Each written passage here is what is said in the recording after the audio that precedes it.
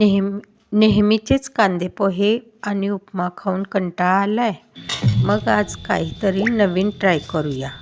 घरातल्या अगदी मोजक्या साहित्यात क्रिस्पी आणि चीजी स्नॅक आज आपण बनवणार आहोत. नमस्कार, मी मनीषा. राजलक्ष्मी रेसिपीमध्ये तुम्हा सर्वांचे स्वागत. इथे मी मीडियम साईजचा एक उकडलेला बटाटा घेतलेला आहे. बटाटा अगदीच मऊ असा अजिबात उकडायचा नाही. त्याला आता किसून घेऊया. बटाट्याला किसून घ्यायचा आहे. किसलेला बटाटा बाजूला ठेवून देऊया. आता एका पॅनमध्ये आपण थोडंसं 1 चमचा तेल घ्यायचं आहे.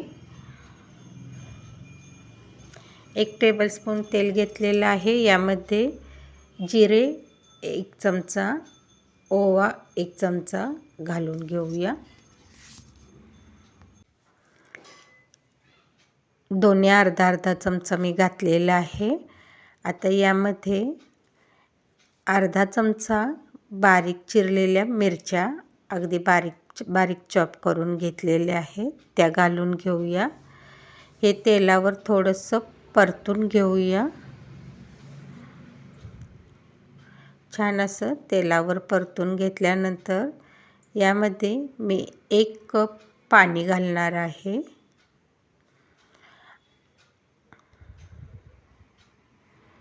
आणि गॅस मोठा करून घ्यायचा आहे. याला छान उकळी काढून घेऊया. यामध्ये चवीपुरतं मीठ घालून घेऊया. इथं मी 1 छोटा चमचा अगदी मीठ घातलेलं आहे. याला छान उकळी आणून घेऊया. आणि यामध्ये आता अर्धा कप रवा न भाजता तसाच घालायचा आहे. रवा लहान मोठा कोणताही असला तरी चालेल.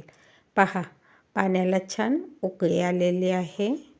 थोडंसं सगळं मिक्स करून घेऊया.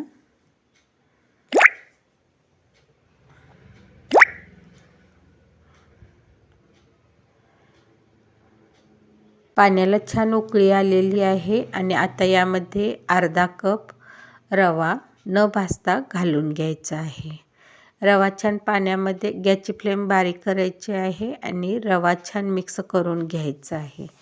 आणि रव्याला छान झाकण लावून शिजवून घ्यायचं आहे. त्याच्या आधी भरपूर अशी कोथिंबीर यामध्ये बारीक चिरून घेतलेली आहे, ती घालून घेऊया. आणि सगळं छान मिक्स करून घेऊया. आणि एक वाफ काढून दणदणीत अशी घ्यायची आहे. पहा, पाणी आटलेलं आहे, रवा छान शिजलेला आहे. तर सगळं छान मिक्स करून याला झाकण ठेवून एक वाफ काढून घ्यायची आहे.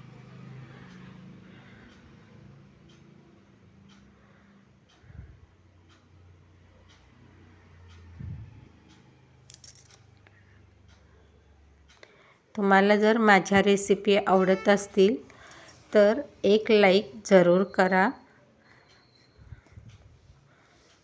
झाकण ठेवूया आणि एक दणदणीत वाफ काढून घेऊया.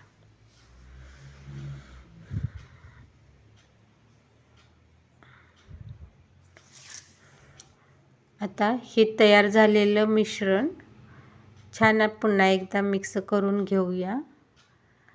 आणि आपण जो बटाटा किसून घेतलेला आहे त्यामध्ये हे मिश्रण घालून घेऊया.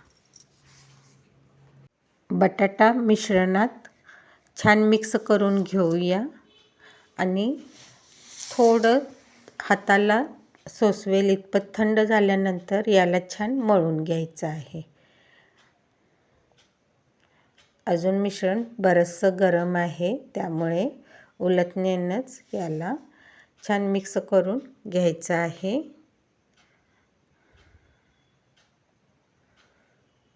आणि हाताला सोसवेल इतपत मिश्रण झाले की याला छान हाताने मळून घ्यायचं आहे.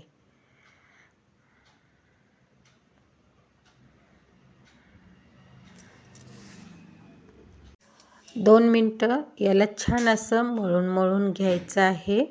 आणि आता याचे छोटे छोटे बॉल्स करून घ्यायचे आहेत.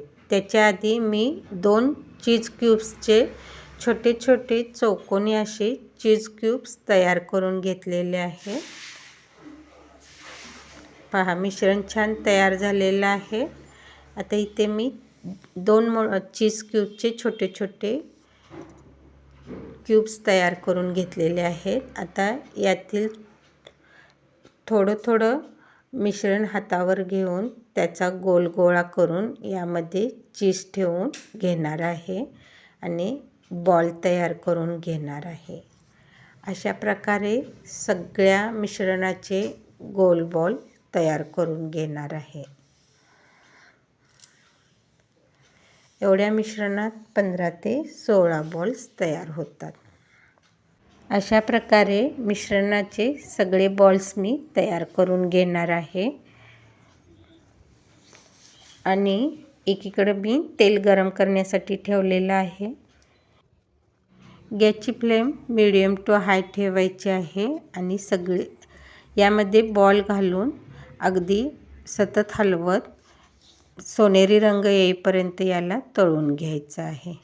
माझ्या चॅनलवरील नवनवीन रेसिपी तुम्ही पाहत राहा. तर कशी वाटली तुम्हाला ही गरमागरम आणि चीजी रेसिपी?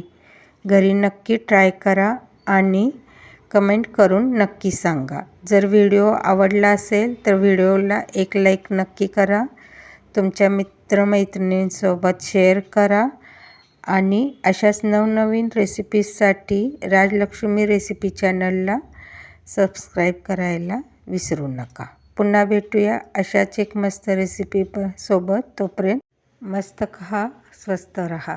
धन्यवाद.